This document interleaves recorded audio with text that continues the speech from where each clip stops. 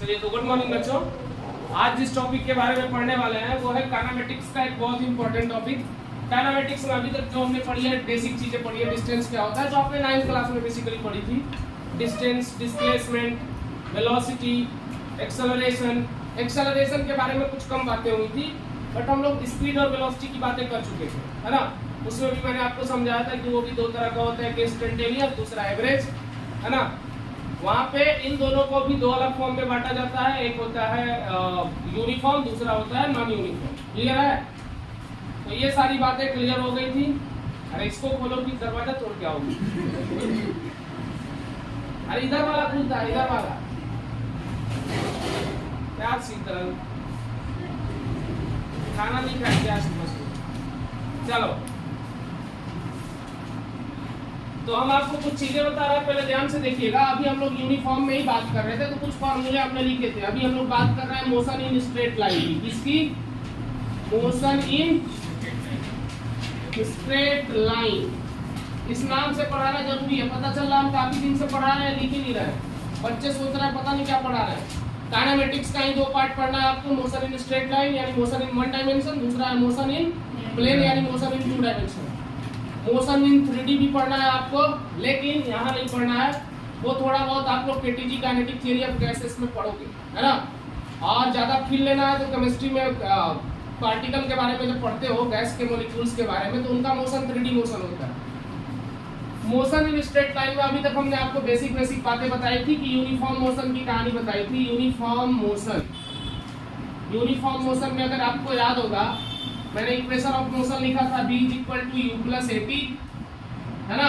s = ut + ½ at², और तीसरा लिखा था v² = u² प्लस, और मैंने इन सब की नाम भी बताई थी कि u जो होता है इनिशियल वेलोसिटी,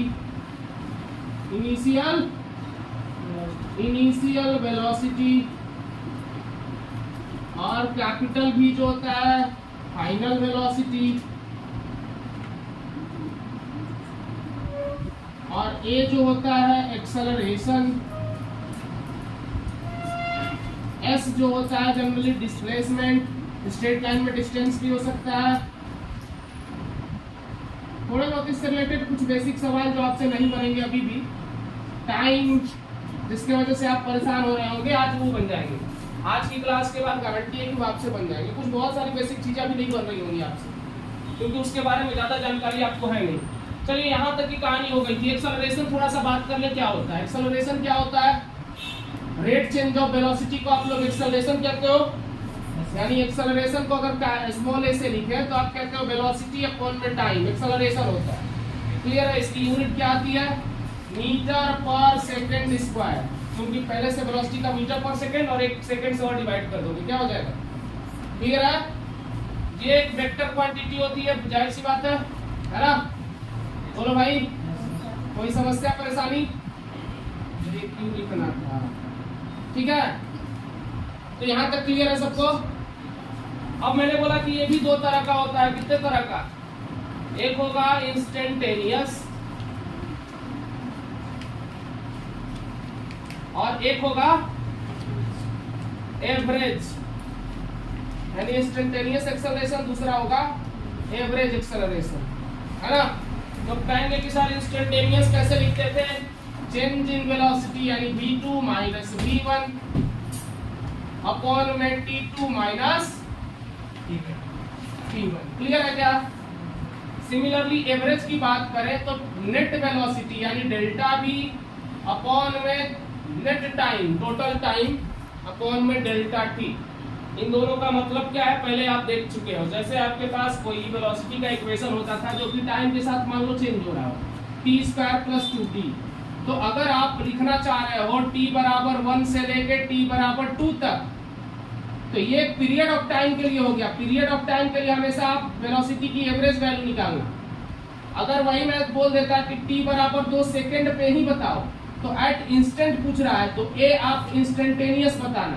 क्लियर है क्या? एवरेज कैसे निकालते थे? v2 का मतलब है फाइनल टाइम पे वेलोसिटी। v2 का मतलब ये नहीं है कि t = 2 सेकंड। v2 का मतलब है कि फाइनल टाइम में जो वेलोसिटी है, तो फाइनल टाइम मतलब t = 2 सेकंड पर। तो वेलोसिटी लिखिएगा 2 सेकेंड पर। फाइनल हो गया velocity minus initial velocity, velocity at 1 second upon में दूसरा वाला टाइम t2 टाइम कितना है 2, पहला टाइम कितना है 1। अब ये यहाँ से आपको एवरेज वैल्यू मिल जाएगा। क्लियर है कि नहीं? लेकिन इंस्टेंटेनियस के केस में ऐसे नहीं करना पड़ेगा, dv अपॉन में dt करना पड़ेगा। क्या करना पड़ेगा? अरे हमने इसको लिख दिया, उल्टा लिख दिया। इसका मतलब है v2 माइनस v1 अपॉन में t2 माइनस t। ये तो dv अपॉन में dt है ना, बोलो। वो जल्दी में लिखा गया एक्साइटमेंट में। dv अपॉन dt इसका मतलब है, यानी इसका डिफरेंशिएट करोगे तो क्या आएगा 2t प्लस 2 आएगा कि नहीं। अब t की वैल्यू इसमें सीधे 2 पुट करना, आपका इंस्टेंटेनियस मिल जाएगा। बोलो क्लियर है? यही बात पहले भी एवरेज वेलोसिटी और स्पीड में बात हो चुकी है, कुछ नया नहीं बताया। लेकिन एक्सेलरेशन को ध्यान रखना, एक्सेलरेशन अभी भी कहानी एक्सेलरेशन की खत्म नहीं हुई, आगे चल के पढ़ोगे। मैं अभी भी बता दे रहा हूँ एक्सेलरेशन 2 तरह का होता है। अब मेन काइंड में आओ, जो एक्सेलरेशन है वो 2 तरह का होता है। एक होता है नॉर्मल एक्सेलरेशन, उसी को रेडियल एक्सेलरेशन भी कहा जाता है। दूसरा होता है टेंजेंशियल एक्सेलरेशन। याद रखना, जब कोई पार्टिकल सर्कुलर पाथ पे चलता है तो उसके पास एकदम मस्ट है, एकदम कंफर्म है कि सेंटीपीटल एक्सेलरेशन होगा, उसी को रेडियल कहते हो, उसी को नॉर्मल भी कहते हो। अगर कोई पार्टिकल की वेलोसिटी कंटीन्यूअस चेंज हो रही है, किसी पार्टिकल की वेलोसिटी को भूल जाओ, कह दो स्पीड कंटीन्यूअस चेंज हो रही है, तो स्पीड कंटीन्यूअस चेंज होगा तो उसके पास टेंजेंशियल एक्सेलरेशन होगा। ये बात मान रहे हो कि नहीं? देखो कैसे मानोगे। हम एक पार्टिकल को सर्कुलर पाथ पे या कर्व पे चला रहा है, ये देखो एक पार्टिकल है, इस पे चल रहा है, देखो ना हर जगह इसकी पहली बात तो डायरेक्शन को गोली मार दो, डायरेक्शन ही हर जगह बदल रहा है कि नहीं। अगर मैं कह दूं कि एक पार्टिकल है जिसकी स्पीड 40 मीटर पर सेकेंड है, वेलोसिटी 40 मीटर पर सेकेंड नहीं कहेंगे क्योंकि यहाँ पर हर बार में किसी पार्टिकल की डायरेक्शन चेंज हो जाती है स्पीड। आपको नहीं दिख रहा है? इसका टेंजेंट लेके देखो, बोलो गलत बोल रहा हूं, बोलो ना भाई, चेंज हो रहा है कि नहीं? तो डायरेक्शन हर बारी चेंज हो जाता है, यानी जब डायरेक्शन हर बारी चेंज हो रहा है, डायरेक्शन फिक्स नहीं है, यानी खाली मैग्नीट्यूड है तो स्पीड ही कहेंगे ना। तो बताओ वेलोसिटी हर बारी चेंज हो रहा है कि नहीं? तो इस केस में ये जो एक्सेलरेशन होता है उसको टेंजेंशियल कहते हैं। और जब कोई पार्टिकल सेंटर के अबाउट घूमता है किसी सर्कुलर पाथ पे, तो टुवर्ड सेंटर एक फोर्स लगता है कि नहीं, mv²/r। अब इसको मास इनटू एक्सेलरेशन से कंपेयर कर दो, तो ये सेंटीपीटल एक्सेलरेशन को ही बाद में तुम नॉर्मल एक्सेलरेशन कहते हो, यानी ए सेंटीपीटल बोलो या ए नॉर्मल बोलो। इसकी वैल्यू पता है कितनी होती है? v²/r। ये नॉर्मल एक्सेलरेशन की वैल्यू है। टेंजेंशियल वाली कौन हो गई? तो जो वेलोसिटी में चेंज करवा रही है, यानी जो स्पीड में चेंज करवा रही है, यानी ए टेंजेंशियल बराबर लिख लेना, ए टेंजेंशियल बराबर मॉड ऑफ dv अपॉन में dt। वेलोसिटी का मॉड ले लिया कि खाली उसके मैग्नीट्यूड से मतलब है, यानी स्पीड में चेंज से मतलब है। क्लियर है? तो ये तुमको टेंजेंशियल एक्सेलरेशन देगा, ये नॉर्मल एक्सेलरेशन देगा। लेकिन इसमें खो मत जाना, कई बारी बुक में दोनों का वैल्यू दिया रहता है। आपको नेट एक्सेलरेशन बताना है तो नेट इनके बीचों बीच होगा कि नहीं? तो नेट का मतलब है कि इससे ये जाता है, यानी ए नेट एक्सेलरेशन बराबर क्या हो जाएगा? √ए टेंजेंशियल का स्क्वायर प्लस ए नॉर्मल का स्क्वायर। बोलो बच्चों, देखो भाई इससे अकेले एडवांस में क्वेश्चन आया है काइनेमेटिक्स से, इस खाली अकेले टॉपिक से। आपको अगर विश्वास नहीं तो देख लीजिएगा, हम सीधे उसका प्रॉब्लम करा देंगे आपको, लेकिन ये आपको आना चाहिए। क्लियर है? तो 2 तरह का एक्सेलरेशन होता है। जब पार्टिकल का स्पीड कंटीन्यूअस चेंज होगा किसी कर्व पाथ पे या सर्कुलर पाथ पे, तब मान लीजिएगा बच्चे कि उसके पास जो एक्सेलरेशन है वो टेंजेंशियल एक्सेलरेशन है। और जब किसी भी कर्व पाथ पे पार्टिकल घूमने लग जाए तो ये भी समझ लीजिएगा कि सेंटर की तरफ एक फोर्स लगेगा ही लगेगा, वो किसी न किसी एक्सेलरेशन भी होगा उस फोर्स के वजह से। तो वही जिसको सेंटीपीटल ऑफ एक्सेलरेशन कहते थे, वही नॉर्मल एक्सेलरेशन या रेडियल एक्सेलरेशन होगा। क्लियर है? नॉर्मल और रेडियल लगभग सेम होता है। और नेट एक्सेलरेशन दोनों का बीचों बीच, 2 वेक्टर, एक वेक्टर इधर है एक वेक्टर इधर है, तो रिजल्टेंट बीचों बीच होता है ना भाई। a² + b² + 2ab cos theta, cos theta इनके बीच का 90 है, तो cos थीटा लेते के 0 हो गया, बचा खाली यही वाला टर्म ना। बोलो भाई, तो ये कुछ बातें हैं पुरानी, लिख लो। अब यहाँ से कुछ आपको कॉन्सेप्ट बताएंगे जिससे आपसे बेसिक क्वेश्चन सिंपल ही बनेंगे, आराम से बनेंगे। आज की क्लास में आपसे अगर स्ट्रेट लाइन का कोई सवाल नहीं मिला तो कहिएगा, आज की क्लास के बाद सब मिल जाएगा, गारंटी है ना। हाँ, अब जब कोई कहेगा कि हम पेन नहीं उठाएंगे सर, हमसे बन जाना चाहिए, तब ये गलत बात है। अभी पेन उठाओ, है ना। पेन कब छोड़ोगे? जब खूब सारा प्रैक्टिस हो जाएगा, जब आपको लगने लगेगा कि आप सर्कल अपने माइंड में ही बना ले रहे हो, आप किसी आर्क को माइंड में ही काट ले रहे हो, आप पार्टिकल का डायरेक्शन माइंड में ही सेट कर ले रहे हो, तब पेन उठाने की जरूरत नहीं पड़ेगी। होता है, बिना पेन के भी बना सकते हो। प्रोजेक्टाइल का ज्यादातर क्वेश्चन बिना पेन के बना सकते हो, वेक्टर का क्वेश्चन ज्यादातर बिना पेन के बना सकते हो। अब जहाँ पे लिख दे कि 5653, तो आप माइंड में कितना कैलकुलेट करोगे, है ना। चलो आ जाए टॉपिक पे, बता दूं, बोलिए। तो याद रखिएगा, आपको लिखना है there are two types of acceleration, first one is tangential acceleration और दूसरा को मैंने बोला नॉर्मल एक्सेलरेशन या रेडियल एक्सेलरेशन। टेंजेंशियल एक्सेलरेशन जब पार्टिकल के स्पीड में कंटीन्यूअस चेंज होगा, यानी वेलोसिटी में कंटीन्यूअस चेंज होगा। वेलोसिटी में चेंज होने का मतलब वो स्पीड ही है ना। अगर स्पीड में कंटीन्यूअस चेंज होगा किसी पार्टिकल के, तो उसका मतलब है कि tangential acceleration. And tangential acceleration का formula t rate of change of speed को टेंजेंशियल क्या कहेंगे, एक्सेलरेशन, और वही v स्क्वायर अपॉन में r को कहेंगे रेडियल या तो नॉर्मल एक्सेलरेशन, है ना। क्लियर है? देखो भाई हिंदी वाले, ज्यादा नहीं सोचना है। टेंजेंशियल का मतलब क्या होता है? देखो किसी कर्व पाथ पे अगर आप चल रहे हो, देखो समझना आप, ये अगली बात अब हिंदी मीडियम वालों के लिए स्पेशल है। देखो कर्व पाथ पे चलोगे तो हर पॉइंट पे एक स्पर्श रेखा खींचोगे कि नहीं, बोलो। और स्पर्श रेखा हर जगह पे स्पर्श रेखा का दिशा अलग अलग मिल रहा है कि नहीं। तो इससे ये पता चलता है कि वो कहीं ना कहीं, मान लो एक जगह पे पार्टिकल यहाँ रहा होगा, फिर आगे चल के यहाँ आया, हर जगह सेम वस्तु का वेग अलग अलग मिल रहा है। इसका मतलब है कि वो एक तरह से उसका चाल है, ना कि उसका वेग है। समझ में आया? तो इस वजह से जब चाल में परिवर्तन का दर होगा तो उसको त्वरण कहेंगे, लेकिन स्पर्श रेखीय त्वरण कहेंगे। क्लियर है?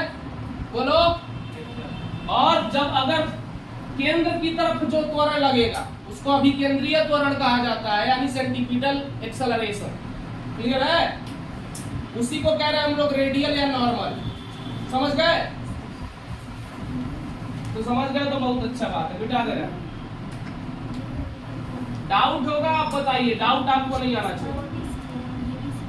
बिठा दूं? हम जब जिस हिसाब से चिल्ला रहे हैं, डॉक्टर बोल रहा है कि बहुत जल्दी आपके गला में प्रॉब्लम आने वाला है, और आ ही चुका है, लेकिन क्या करें, आदत से मजबूर है, बिना चिल्लाए पढ़ा नहीं सकते। हाँ चलिए, अब कुछ इंपॉर्टेंट बातें कर लेते हैं स्ट्रेट लाइन से, जहां से आपकी प्रॉब्लम फंसती है, जिसके बिना लगता है आपका जिंदगी अधूरा है ना। आपसे क्वेश्चन नहीं बन रहा है, आप परेशान हो रहे हैं। देखिए आज की क्लास उनके लिए है जिनसे क्वेश्चन नहीं बन रहा। तो पहली बात, इसका बादशाह का गाना याद आ गया। पहली बात तो ये जो तुम टिकटॉक चलती है, हरी सिंह लास्ट में कहता है तेरे घर अखबार नहीं आता, वो वाला बस। चलो आ जाओ। तो हाँ, यहां से शुरू करते हैं। लास्ट मैंने आपको एस एन एथ बता दिया था। क्या बताया था?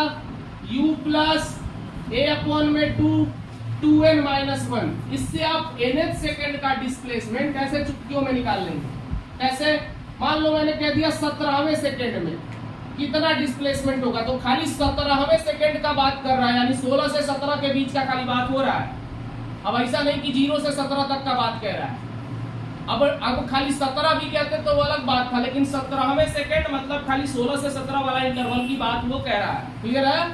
तो इस वजह से ये जब निकला होगा S17, तो ये निकला होगा S17 माइनस S16, तब जाके ये 17वां का निकला होगा।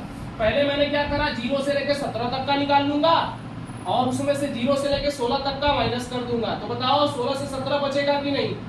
तो इसी कॉन्सेप्ट पे इसको भी लिखा गया होगा Sn n प्लस 1 हाँ माइनस माइनस एस एन, बोलो एक किया गया होगा, या s n minus s n minus one, एक ही बात है। अगर मैं इसको एस एन लिखता तो इसको एस एन माइनस वन लिखता, बोलो ना भाई।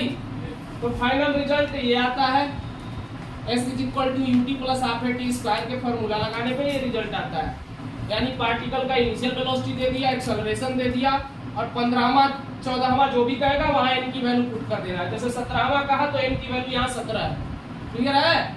यानी ये nth सेकेंड के लिए है, nth सेकेंड। ये बात हो गई थी। अब जो बात नहीं हुई थी वो क्या है, अगर कोई पार्टिकल की स्पीड डेल्टा टी टाइम में u से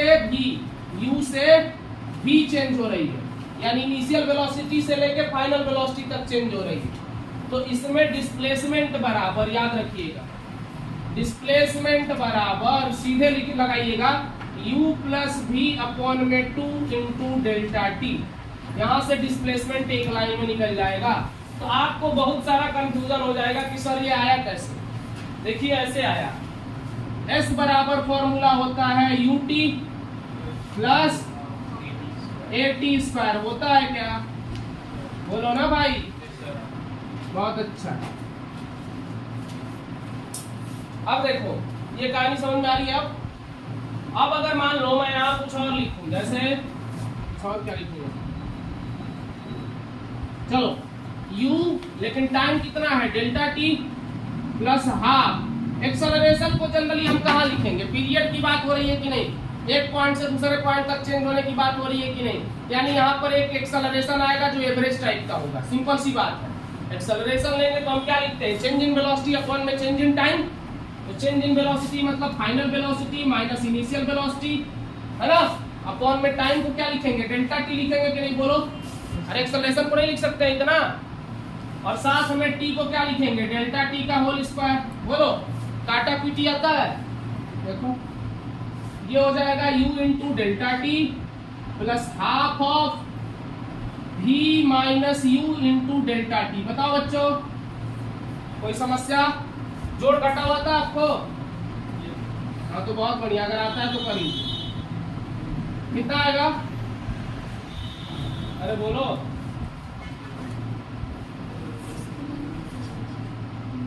अरे यहां से मल्टीप्लाई करो पहले, u delta T plus half of v delta T plus half of minus u into delta T.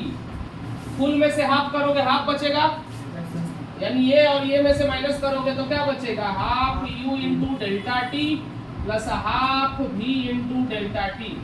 क्या कॉमन दिख रहा है, हाफ डेल्टा टी कॉमन दिख रहा है, कर लो, half u plus v into delta t. ये आ रहा है क्या, यही आया है क्या, सेम चीज। तो इसका मतलब है अगर डिस्प्लेसमेंट सीधे पूछे कि 40 मीटर पर सेकेंड से आपका जो है 6 सेकेंड में एक पार्टिकल का स्पीड 40 मीटर पर सेकेंड से 6 सेकेंड के बाद 80 मीटर पर सेकेंड हो जाता है, तो बताइए कि डिस्प्लेसमेंट कितना ट्रेवल किया, यानी कितनी दूरी तय किया, विस्थापन कितना हुआ, निकाल लोगे। कैसे निकालोगे, u की वैल्यू पुट कर दो 40 और साथ में v की वैल्यू पुट कर दो 80 अपॉन में 2 delta T time 6 second put कर दो। क्या आएगा बच्चे, 80 और 40 120 में 2 से डिवाइड करोगे 60, 36, यानी कि 360 मीटर दूरी तुम ट्रेवल कर गए। क्लियर है क्या, बोलो, समझ में आया जो मतलब बता रहा था। अब ढेर सारे लोग u plus v equal to u प्लस at लगा रहे होंगे, सेम सवाल में डिस्प्लेसमेंट निकालने की कोशिश कर रहे होंगे, नहीं आ रहा होगा क्योंकि ये वाला फॉर्मूला वो रख नहीं रहे होंगे एवरेज स्पीड का। ये एवरेज स्पीड का फॉर्मूला है जो 9th में भी पढ़ना था। गलती से अगर 9th का जरा सा भी कुछ याद होगा तो ये पढ़ना था 9th में, तो इसीलिए कहा जाता है कि छोटे क्लास को हल्के में मत लो, लेकिन आप कहते हो कि हम देख लेंगे, तो वो भी कहता है कि आप आने दो हमारा टाइम, हम तुमको भी देख लेंगे, है ना, और आपसे सेम क्वेश्चन नहीं बन पाता है। बोलिए, समझ में आया ये बात? बहुत सारे लोग का इस पे क्वेश्चन फंसा होगा, लिख के देते हैं, है ना। अब एक और इंपॉर्टेंट टॉपिक बताने जा रहा हूं, उसको भी ध्यान से देखिए।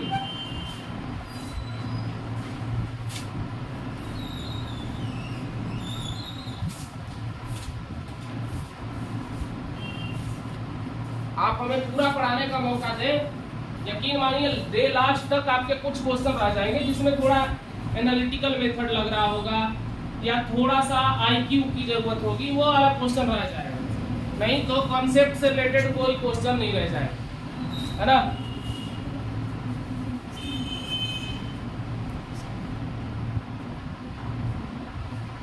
मिटा दूं क्या?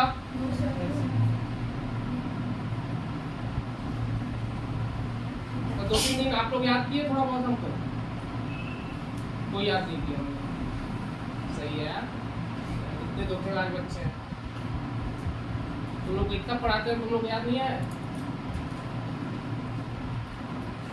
नहीं है ना?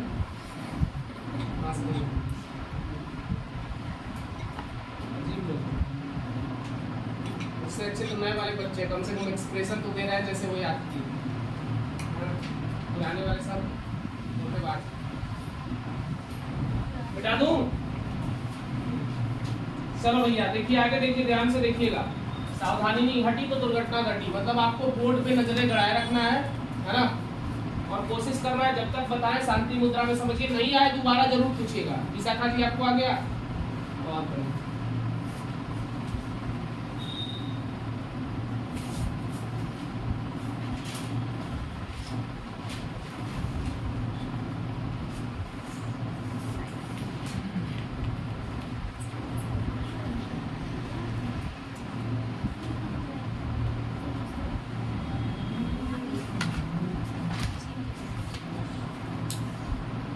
चलिए अब आगे की कहानी यह है कि एक पार्टिकल है जो पॉइंट ए से पॉइंट बी की तरफ गया।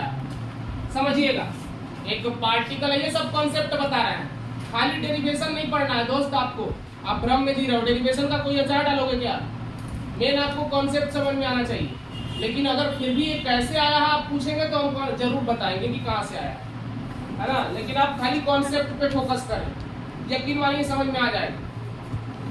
एक पार्टिकल ए से बी गया है, कोई पॉइंट सी इसका मिड पॉइंट है, समझिए सी मिड पॉइंट है।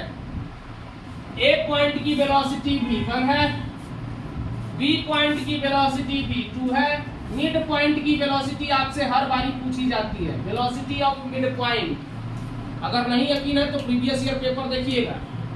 मिड पॉइंट की वेलोसिटी को अगर मैं v कहता हूं तो इसलिए v बराबर फॉर्मूला आता है v1 का स्क्वायर प्लस v2 का स्क्वायर अपॉन v2। ये फॉर्मूला जल्दी से लिख लीजिए, मिड पॉइंट की वेलोसिटी, वेलोसिटी मिड पॉइंट। दो पार्टिकल है, दो पार्टिकल नहीं है, मान लीजिए पहले पार्टिकल की इस पॉइंट पर वेलोसिटी है कुछ, दूसरे पॉइंट पे कुछ, मिड पॉइंट की वेलोसिटी पूछी जा रही है। यहाँ पे v1 की वैल्यू अगर मैं कह दूं 30 है मीटर पर सेकेंड और ये है 40 मीटर पर सेकेंड, है ना। क्लियर है क्या? नहीं समझ आ रहा है? बोलो ना, तो डबल कर दे रहा हूं, नहीं आ रहा है तो 60 और ये है 80। अब अगर मैं पूछूं कि मिड पॉइंट की वेलोसिटी बताओ तो क्या करोगे? 60 का स्क्वायर प्लस 80 का स्क्वायर अपॉन में 2, क्या हो जाएगा? 3600 प्लस 6400 अपॉन में 2, कितना होगा? 36 और 64 कितना होता है? हैं? कितना होता है? इकाई दहाई सैकड़ा हजार, है ना। 6400 और 3600, 10,000 होगा क्या? पक्का है? सही है, इकाई दहाई सैकड़ा हजार 10,000, सही है। अपॉन में 2 करो, कितना आ गया? 5,000। 5,000 का निकालो जरा, कितना हो जाएगा? 25 होगा, 50 25 25 रूट 2 लिख दूं क्या? नहीं यार, नहीं, देखो ऐसे 50 का अगर करता तो कितना आता? 2500, तो 50 रूट 2 लिख सकता था क्या? मीटर पर सेकेंड। समझ में आया कि नहीं है? इसको लिख सकता हूँ 50 इंटू 50 इंटू 2, तो 2 50 का 1 50 मैंने खुला कर दिया उसका, है ना, बाहर निकाल दिया। तो ये इस तरह से आप निकाल सकते हैं। बोलो आया क्या समझ? और ये कोई अलग कॉन्सेप्ट नहीं है, वही वाला है u प्लस v वाला। अब ये क्या है, एवरेज निकालेंगे एक ही पार्टिकल का एक ही जगह पे, तो एवरेज क्या निकालते हैं, उसका square root mean square term एक आएगा बाद में, नाम सुना होगा आपने। तो इसका हमने मीन निकाल लिया, इसका निकाल लिया, और मीन का मतलब होता है कि 2 से डिवाइड किया मैंने। क्लियर है क्या? चलो और एक कॉन्सेप्ट बताने जा रहे हैं, उसको भी ध्यान से देखिए।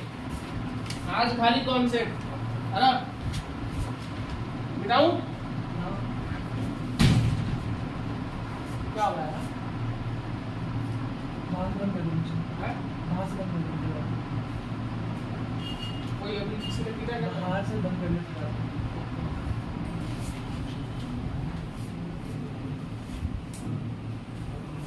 चलिए ध्यान से देखिएगा ना।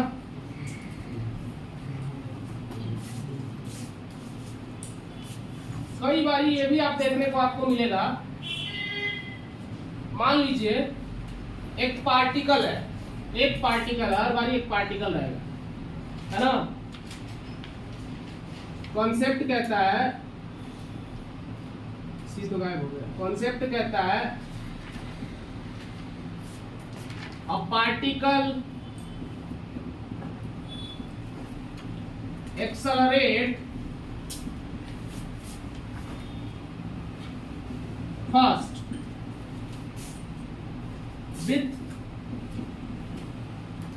acceleration a1 एक्सेलरेशन से कोई पार्टिकल पहले एक्सेलरेट किया, then the accelerate with a2, है ना। पहले ए एक्सेलरेशन से, है ना, फॉर टाइम भी लिख लो, for time t1, then the accelerate with a2, है ना, विथ टाइम t2। बोलो क्लियर है क्या? क्वेश्चन बस ये कह रहा है कि पहले कोई पार्टिकल एक्सेलरेट किया, फिर डी एक्सेलरेट किया। मतलब है सिंपल, इसको ट्रायंगल जैसा बना के भी समझ सकते हो। मान लो बहुत लोग आपको ये बताए भी होंगे, आपने नई बार नहीं पढ़ा होगा, अगर गलती से आपने किसी ने समझाया होगा तो आप देखे होंगे कि पहले एक्सेलरेट करने का मतलब पार्टिकल मान लो यहाँ से ए से चलना शुरू किया और बी पे पहुंचा, बी से सी पहुंचा, और ये इसका मिड पॉइंट है।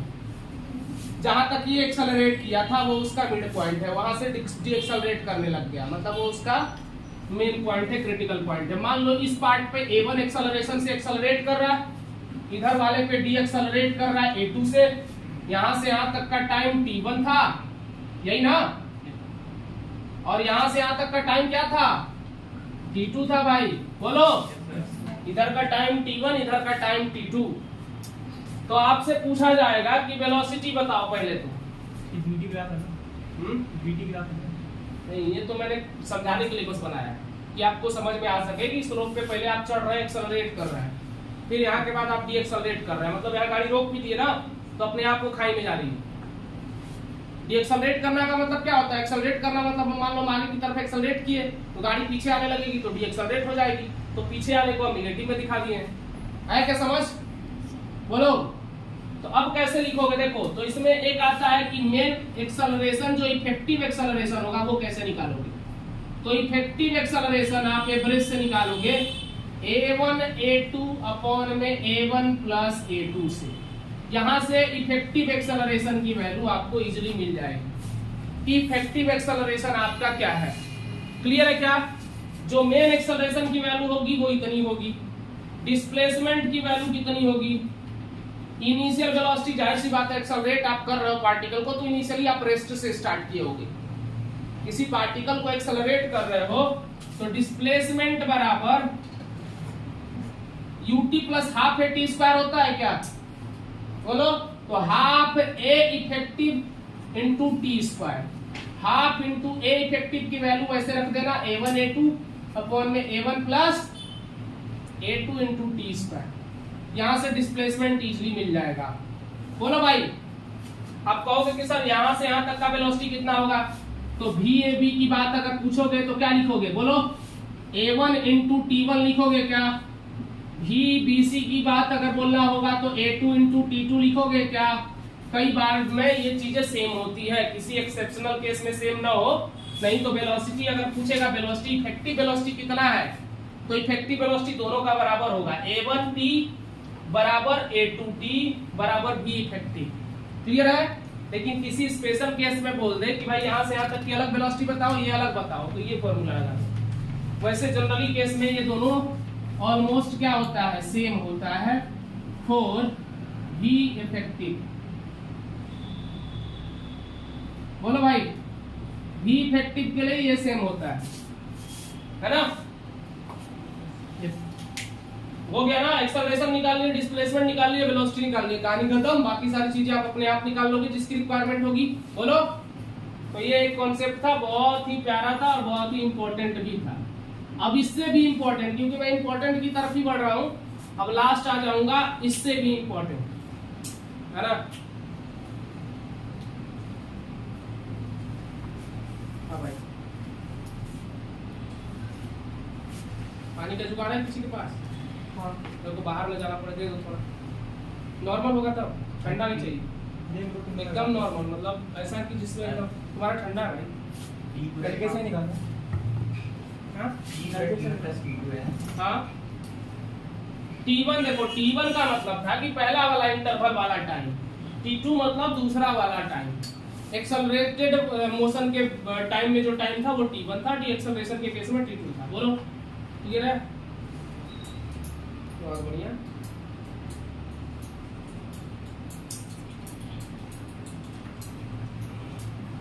आज तुम लोग का व्रत है? आज व्रत होता है ना लेडीज लोग का? अच्छा, तुम लोग लेडीज नहीं हो, तुम लोग तो लड़की हो। अरे मम्मी लोग का व्रत होगा आज, मैं ये बोल रहा हूँ। तीज है ना आज? नहीं पता? तीज के बारे में भी नहीं पता है? पता है? अच्छा,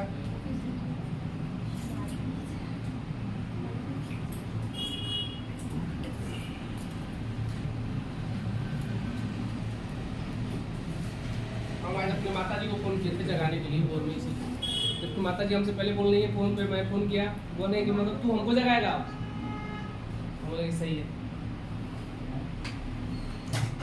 जाहिर सी बात है, वही शुरू से हमको जगाएंगे। अब हम सोच रहे थे कि आज उनको जगा देंगे कि भाई सुबह में कुछ पानी वानी ले लें, फिर सीधे दिन में लेना नहीं जाएगा, तो पहले ही जाके बैठी थी। हम 4 बजे जगह नहीं, हम तो 3 बजे से जगे बेटा। सही है, 3 बजे से तो 3 बजे कुछ वो होता है, कुछ प्रोसेस होता है। चलो मिटा दूं?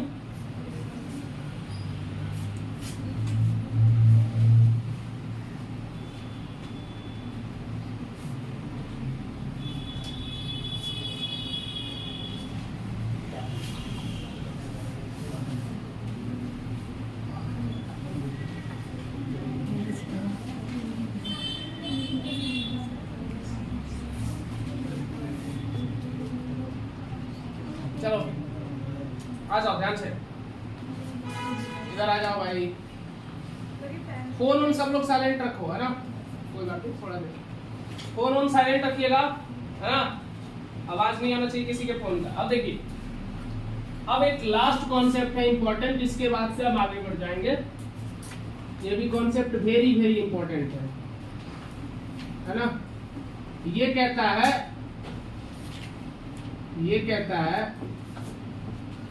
ये आपने देखा भी होगा, कई बार ही देखा होगा, मुझे यकीन है कि ये वाला तो जरूर देखा होगा। इफ पार्टिकल ट्रेवल, इफ, इस बार भी पार्टिकल नहीं है,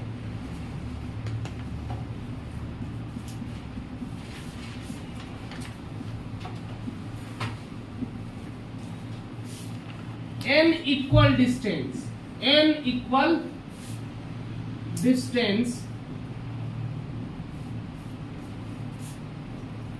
है ना? in equal interval of time, in equal interval of time, मतलब क्या है इसका समझिएगा। इस तरह का कॉन्सेप्ट बहुत मिलेंगे। एक पार्टिकल है, इस रास्ते पे चल रहा है, ठीक है, बोलो ना। Yes, sir. पहला n इक्वल डिस्टेंस ट्रेवल कर रहा है, यानी d डिस्टेंस, पहला वाला d डिस्टेंस जो ट्रेवल कर रहा है वो v1 वेलोसिटी से, दूसरा वाला जो इंटरवल है v2 वेलोसिटी से, सेम d डिस्टेंस, है ना। समझ में आ रहा है क्या? नहीं आ रहा? आएगा थोड़ी देर में आएगा।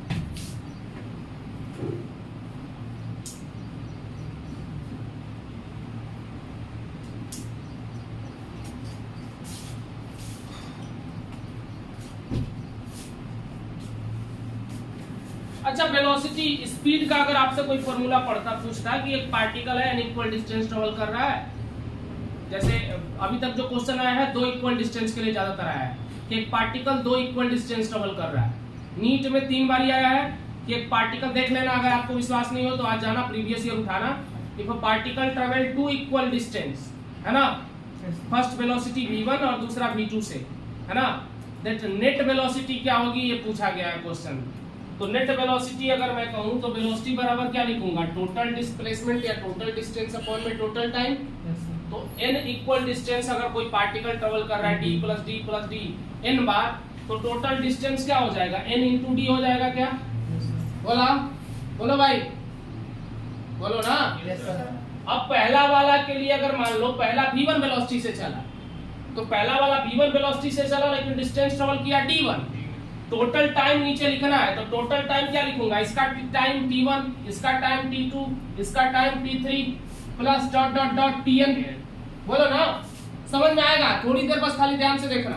पहले मैं बोला, देख लो, पहले पार्टिकल v1 वेलोसिटी से चल रहा था सेम डिस्टेंस के लिए, फिर v2 वेलोसिटी से चल रहा था सेम डिस्टेंस के लिए, फिर v3 से चल रहा था सेम डिस्टेंस के लिए। आ रहा है क्या समझ? अभी लिखो मत, आ रहा है तो समझ। फिर मैंने बोला कि इसका अगर मुझे टाइम निकालना रहेगा तो क्या करूंगा मैं, टाइम कैसे निकालूंगा, डिस्टेंस अपॉन में वेलोसिटी। अरे डिस्टेंस अपॉन में वेलोसिटी ही तो टाइम बताएगा कि इतना में हमने कितना टाइम लिया। इसकी किस वेलोसिटी से चला तो क्या करेंगे, डिस्टेंस में वेलोसिटी से डिवाइड कर देंगे। तो पहला वाला टाइम को क्या लिखूंगा, t1 plus t2 plus t3 dot dot dot plus tn तक। तो ऊपर हो गया n इंटू डी। t1 को क्या लिखूं बताओ, d अपॉन में v1 लिख दूं क्या, Yes, sir. t2 को क्या लिखूं, d अपॉन में v2 लिख दूं क्या, t3 को क्या लिख दूं, D upon D. d upon में v3 लिख दूं क्या, बोलो भाई, d अपॉन में vn लिख दूं क्या, बोलो ना। जरा देखो ना, d सब में कॉमन है, ऊपर भी और नीचे भी, d को काट दूं। तो याद रखना जो आता है मेन जो वेलोसिटी का फॉर्मूला, v नेट का जो फॉर्मूला आता है वो आता है सिर्फ d अपॉन में 1 अपॉन में v1, d नहीं आता है, यार नहीं आता है, d तो कट गया ना d से, d को कॉमन लेके काट दिया आपने, 1 अपॉन में v1 प्लस 1 अपॉन में v2 प्लस 1 अपॉन में v3 plus dot dot 1 upon में vn। ये इंपॉर्टेंट कॉन्सेप्ट है v नेट का, इसको जल्दी से लिख लो। और अभी इस पे हम आपको 2-3 क्वेश्चन याद दिला दे रहे हैं कि प्रीवियस ईयर में कैसे आया है ना, जो दिखता है वही दिखता है ना। अगर आपको पता है कि ये इंपॉर्टेंट, बहुत ही ज्यादा इंपॉर्टेंट है ये टॉपिक, तो आप इसको छोड़ के जाओगे क्या पेपर में? अभी तक जब 5 बार आ चुका है तो आपके बार भी आ सकता है।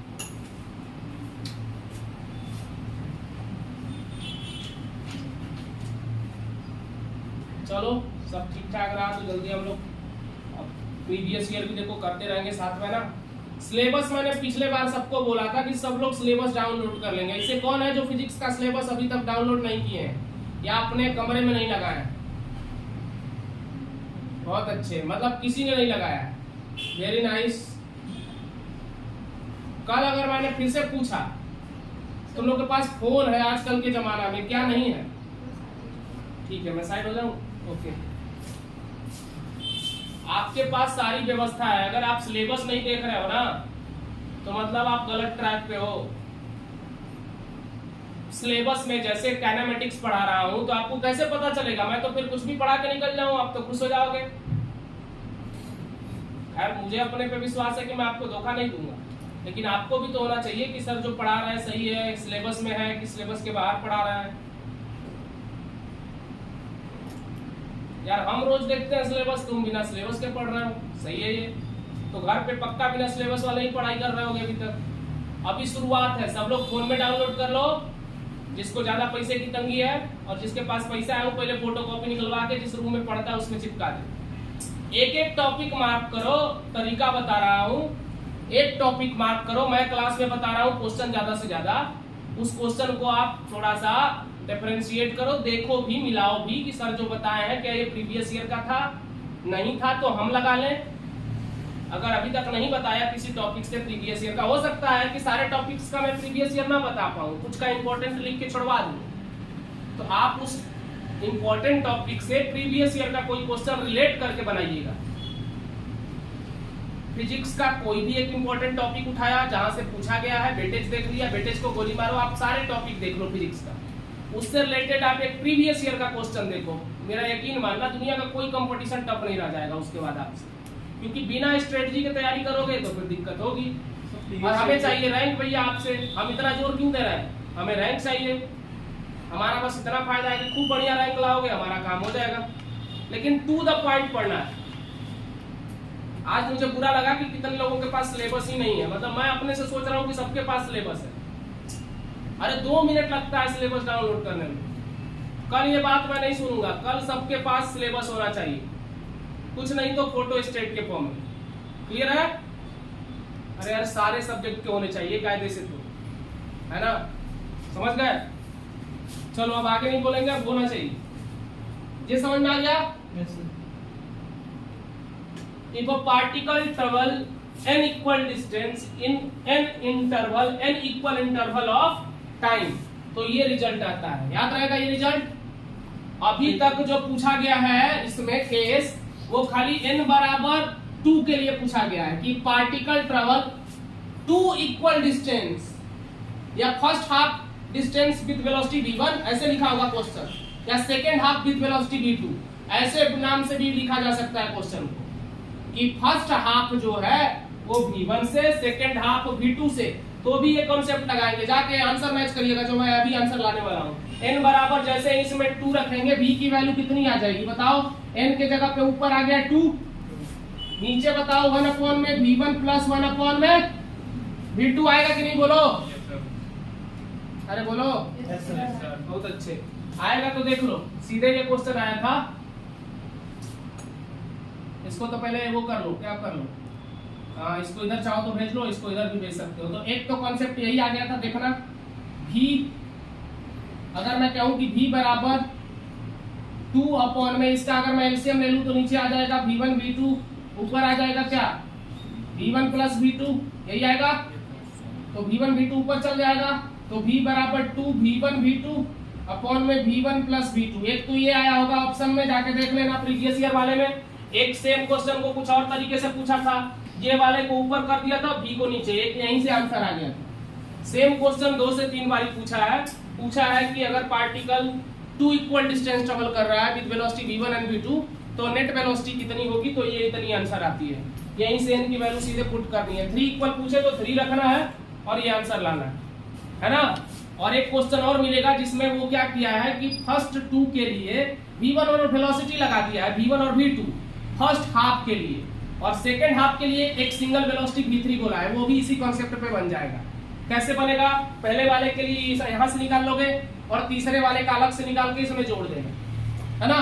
अब ट्राई करना, ऑलमोस्ट सारे क्वेश्चन अब जितने फंस रहे थे ना सब बन जाएंगे, लेकिन बिना ट्राई किए मत आना, अगर नहीं बनेगा तब जरूर आना, है ना। क्लियर है बच्चे, बोलो तुम्हारा क्या उठा दी, सर वो पूछ रहा था कि 5 बार हाथ उठा दिए। हाँ बोलो। In equal intervals of time लिखा है ना, तो हाँ। t को सब इक्वल कर सकते हैं। इक्वल इंटरवल ऑफ टाइम मैंने बोला, मतलब ये था कि टाइम हमारा अलग अलग है, इक्वल इंटरवल मत बोलो, लेकिन इंटरवल क्या है हमारा, कोई ना कोई एक इंटरवल है जो फिक्स्ड इंटरवल है, मतलब उसकी टाइमिंग फिक्स्ड है, t1 है तो t1 रहेगा उस इंटरवल के लिए, t2 है तो उसके लिए फिक्स्ड t2 रहेगा, अगले वाले के t3 ही रहेगा, ऐसा नहीं कि बीच में भी वैरी करे, तो ये मतलब था। इक्वल इंटरवल का मतलब ये नहीं है इन इंटरवल ऑफ टाइम, खाली लिख दो इन इंटरवल ऑफ टाइम, हाँ ठीक है, ताकि ये ना आपको कंफ्यूजन हो, जैसे इनको हुआ हो सकता है आपको भी कि सर बोले कि सर तब तो फिर टी और टी सब बराबर होगा, ऐसा नहीं है, यूनिफॉर्म की बात ही नहीं हो रही, अब तो ये नॉन यूनिफॉर्म का सारा केस है। आगे चले, यस सर। चलो कितना टाइम काफी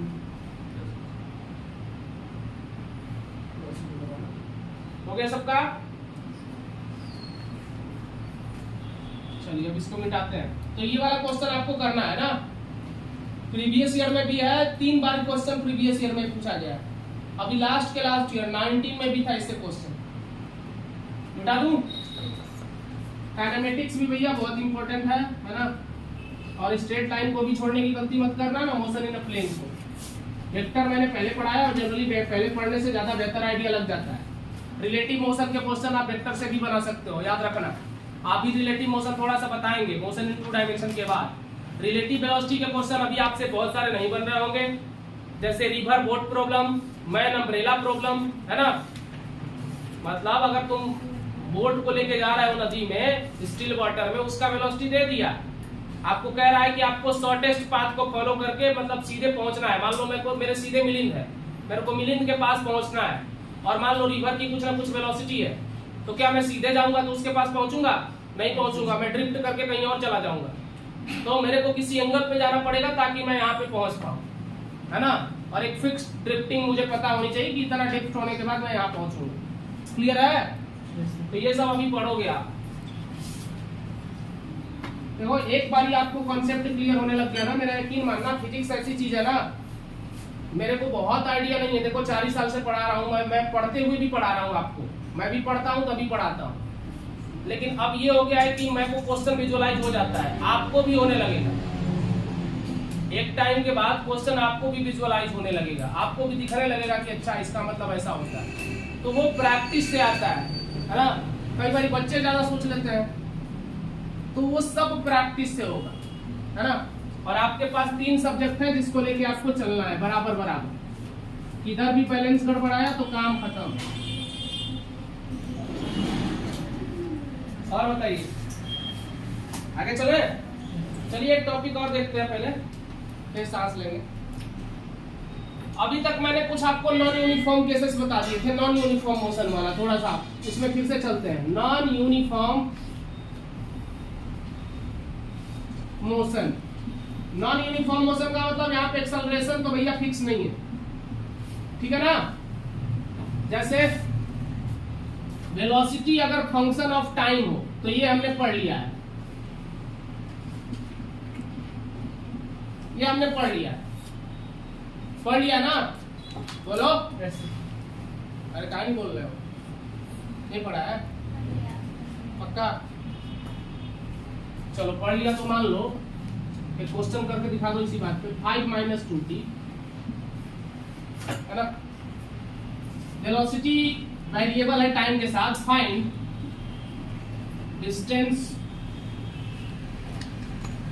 डिस्प्लेसमेंट एंड लिख दे रहे हैं, नहीं तो आप कुछ और ही समझ जाओ।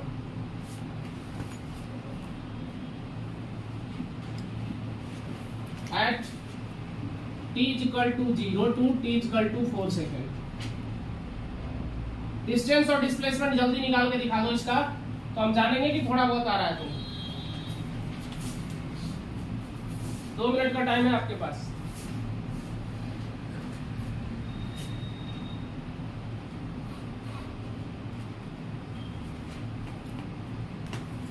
सुबह कर दोगे नहीं? चलो डिस्टेंस बराबर क्या होता है, कैसे निकालोगे distance? The rate of change of displacement क्या होता है? ds/dt। क्या लिख दूंगा? 5 - 2t। अरे स्पीड कहता है, डिस्टेंस कहता है, तो अभी फिलहाल जब तक इसके बारे में ज्यादा इंफॉर्मेशन नहीं है तो हम डिस्टेंस बोल सकते हैं। तो पहले हम डिस्टेंस ही निकाल लेते हैं। ds बराबर हो जाएगा 5 - 2t × dt। बोलो इंटीग्रेशन करना आता है क्या? बोलो ना भाई। तो ds का s निकल गया, ये हो गया 5t - t²। बोलो कहां से? 0 से लेके 4 की वैल्यू पुट करो जरा। 4 × 5 20 - 16 कितना आया? 4 मीटर आ गया। बोलो ना। Yes sir. तो मेरा यकीन मानना कि ये खाली डिस्टेंस है, अभी डिस्प्लेसमेंट तक तुम नहीं पहुंचे हो, ये डिस्टेंस ही है। कहोगे सर डिस्प्लेसमेंट पे ऐसा क्या हो जाएगा? देखना क्या हो जाएगा। ये डिस्टेंस निकला। अभी आपकी जो मतलब आप अभी भ्रम में जी रहे थे ना, अभी थोड़ी देर में दूर हो जाएगा वो। डिस्प्लेसमेंट नहीं है ये, खाली डिस्टेंस है, ये डिस्प्लेसमेंट है। हाँ नहीं करना होता है हर बात, ये डिस्प्लेसमेंट है, समझे कि नहीं? अरे हमने निकाल दिया डिस्प्लेसमेंट, पॉजिटिव नेगेटिव कुछ भी हो सकता है, तो हमने बिना इसके वैल्यू का परवाह किए बिना हमने रख दिया। लेकिन डिस्टेंस हमेशा पॉजिटिव होता है, बताया है? डिस्टेंस हमेशा पॉजिटिव। भाई हो सकता है कोई वैल्यू पे चेक करके देख लो ना, t बराबर जैसे ही 3 सेकंड रखो ना, वेलोसिटी तुमको निगेटिव दिख रहा है, हम निगेटिव वाला अफोर्ड नहीं कर सकते। डिस्टेंस के केस में हम नेगेटिव कुछ भी डिस्टेंस कुछ भी अफोर्ड नहीं कर सकते। पहले तो पॉजिटिव वेलोसिटी दिख रहा था t बराबर 1 और t बराबर 2 सेकंड पे, बोलो ना, सबकी आंखें खुल रही है। जैसे ही t बराबर 3 रखा माइनस आ गया, अब निगेटिव अफोर्ड ही नहीं कर सकते। निगेटिव में अगर पार्टिकल जा रहा है तब भी हमको डिस्टेंस पॉजिटिव चाहिए, तो पॉजिटिव लाने का एक ही तरीका है, इसको मॉड में डाल दो। बोलो, अब जो आएगा इससे ना, अब वो डिस्टेंस आएगा। तो याद रखना ये डिस्प्लेसमेंट था, क्या था? बोलो क्लियर है क्या? यहाँ से देखिए आपको धक्का लगा होगा थोड़ा बहुत, है ना? अगर क्वेश्चन में समझदारी होगी तो धक्का लगा होगा। तो मिटाओ इसको। अब हम निकालने जा रहे हैं सेम फॉर्मूला से डिस्टेंस, देखिएगा। इसीलिए कई बार कॉन्सेप्ट को डीप में पढ़ना होता है ताकि आप फ्यूचर में गलती ना करो। तो देखो, दो इंटरवल ऑफ टाइम है, एक कहां पे वेलोसिटी जीरो हो रही है, कैसे पता चलेगा? वेलोसिटी को जीरो कर लो, जीरो के बाद निगेटिव हो रहा होगा ना, निगेटिव वाले को पॉजिटिव में तोड़ना है तो हमने पॉजिटिव कर दिया। तो एक वेलोसिटी चेक कर लो कि ये कहां पर जीरो हो रहा है, जीरो रख के चेक करो। 5 माइनस 2t बराबर 0, 2t बराबर 5, t बराबर 5/2 सेकेंड पे वेलोसिटी जीरो आ रही है, याद रखना। यानी दो इंटरवल में बांट लो इसको, 0 से 5/2, 5/2 से लेके फाइनल सेकेंड क्या था 4 सेकेंड तक, कर लो, आ जाएगा आंसर। तो यहां से आएगा जो डिस्प्लेसमेंट हमारा, नहीं आ रहा है क्या तुम लोग को? ds बराबर क्या लिखोगे? 5 माइनस 2t इंटू dt, है ना? इंटीग्रेशन कहां से कहां तक करोगे? एक तो 0 से 5/2 तक प्लस 5/2 से लेके 4 तक। बोलो भाई, बोलो ना, कोई समस्या परेशानी हो जाएगा अब? तो यहां से डिस्टेंस आएगा, जो भी आए डिस्टेंस आएगा। क्लियर है? कर लोगे आगे का प्रोसेस? चलो यहां से डिस्टेंस आ जाएगा। कुछ समझने वाली बात नहीं थी इसमें, मैंने कुछ नहीं करा, मैंने बोला कि हमें पता चल रहा है कि t बराबर 1 रखूंगा तो पॉजिटिव वेलोसिटी, t बराबर 2 रखूंगा तो पॉजिटिव, लेकिन t बराबर जैसे ही 3 रखा वेलोसिटी नेगेटिव। मतलब कहीं ना कहीं 2 और 3 के बीच में ही वो टाइम है जिसपे हमको जीरो वेलोसिटी मिलेगी। जीरो लाना क्यों जरूरी है? क्योंकि एक बार हमको पता तो चल जाए कहां से कहां तक पॉजिटिव था और कहां से कहां तक निगेटिव था।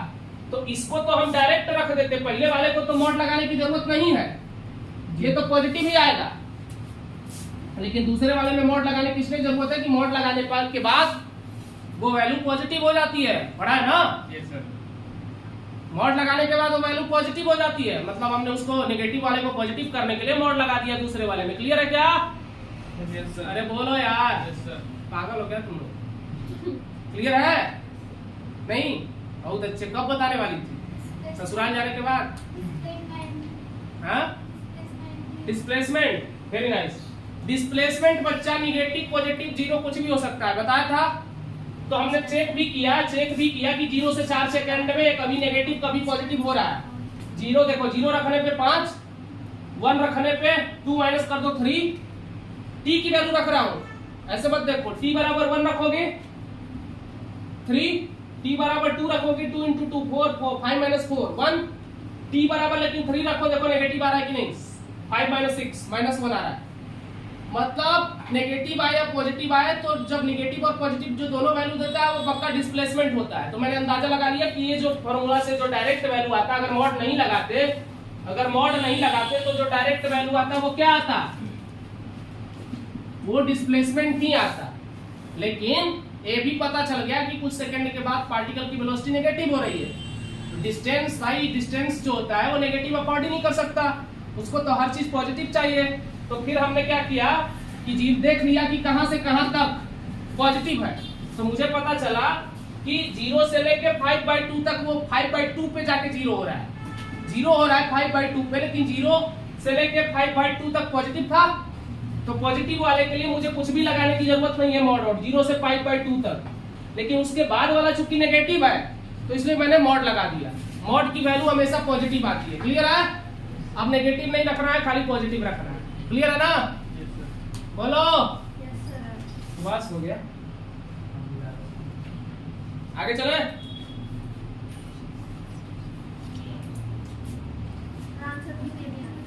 क्या सेम का आएगा? क्यों सेम आएगा? अरे यहाँ पे तुमने रखोगी तो यहाँ से पहले वाले का इंटरवल में कितना आया आंसर? 0 से 5/2 में कितना आया? 25/4। और दूसरे वाले का -9/4 क्यों आया? नहीं सर, प्लस करके -9/4 हो गया तो सर आंसर 29 आ कुछ 20 अपॉन में कुछ आएगा 29/4 या कुछ ऐसे आंसर आना चाहिए। 29/4 किसी का आ रहा है? 19/4 या 29/4 कुछ ऐसे आंसर आएगा। करना एक बारी, ठीक है? इसको इसी में टाइम पास मत करो, आगे चले। समझ गए ना? इससे डिस्टेंस आएगा, कुछ अलग ही आएगा। अरे भाई नेगेटिव वाले को पॉजिटिव कर दिया, पहले नेगेटिव हो रहा था उतना, जाहिर सी बात है ज्यादा आएगा, 4 से ज्यादा आएगा। क्लियर है? ये तो कंफर्म है, जिनका 4 आ रहा होगा गलत है, मिटा दूं ना? अगर मैं कह रहा हूं, देखो वेलोसिटी वाला क्लियर है। अगर मैं कह रहा हूं कि एक्सेलरेशन फंक्शन है टाइम का, तो ये भी बता दिया आपको सिमिलर मेथड। अगर मैं कहूं कि एक्सेलरेशन फंक्शन है टाइम का, ये भी आपको बता चुका हूं, बोलो ना? ये भी तो बता ही चुका हूं। अगर वेलोसिटी निकालना रहेगा तो क्या करोगे? इंटीग्रेट कर दोगे, dv/dt इंटीग्रेट कर दोगे, सेम अभी जैसे बताया उसका। बोलो ना? अरे क्या हो गया तुम लोग को? सुबह सुबह क्या खाओ के नहीं आते हो क्या तुम लोग? बिना खाए आ रहा इसका चिल्ला रहा है ना? चलो कल से मेरे लिए कुछ ले आना। मजाक कर रहा हूं, कभी नहीं लाते हो तुम लोग, कंजूस हो बहुत। देखो अगर एक्सेलरेशन फंक्शन और डिस्प्लेसमेंट का, तब क्या करोगे? एक्सेलरेशन अगर फंक्शन और डिस्प्लेसमेंट का और आपको वेलोसिटी निकालना पड़े, ये भी बताया है कुछ दिन पहले ही। जैसे ये मान लो है x² + 3x + 2, ऐसा कुछ है ना? तो x बराबर 0 से लेके x बराबर 2 मीटर तक आपको बताना है कि वेलोसिटी कितनी होगी। तो अगर आपको पता होगा तो एक्सेलरेशन के बारे में, तो आप जानते हो कि एक्सेलरेशन तो dv/dt होता है। लेकिन मैंने बोला था कि ds/ds से मल्टीप्लाई करना, एक फॉर्मूला बताया था v dv/ds। ये dv/ds को या x को, एक ही बात। क्या बोलो ना भाई? आ रहा है क्या समझ? तो पहले तो इसका क्या करो? dv/dx करो। ऐसे तो एक्सेलरेशन का वैल्यू दिया है, ये वेलोसिटी का जनरली टर्म होता है, मैं समझा रहा हूं आपको। ये सबसे पहले वेलोसिटी से शुरू होता है, बाद में एक्सेलरेशन में हम आते हैं। तो पहला वेलोसिटी वाला प्रॉब्लम कर लो। वेलोसिटी दिया है और अब आपसे पूछ रहा है एक्सेलरेशन। एक्सेलरेशन बराबर क्या होगा? इसका उल्टा भी करा देंगे, पहले सीधा वाला कर लो।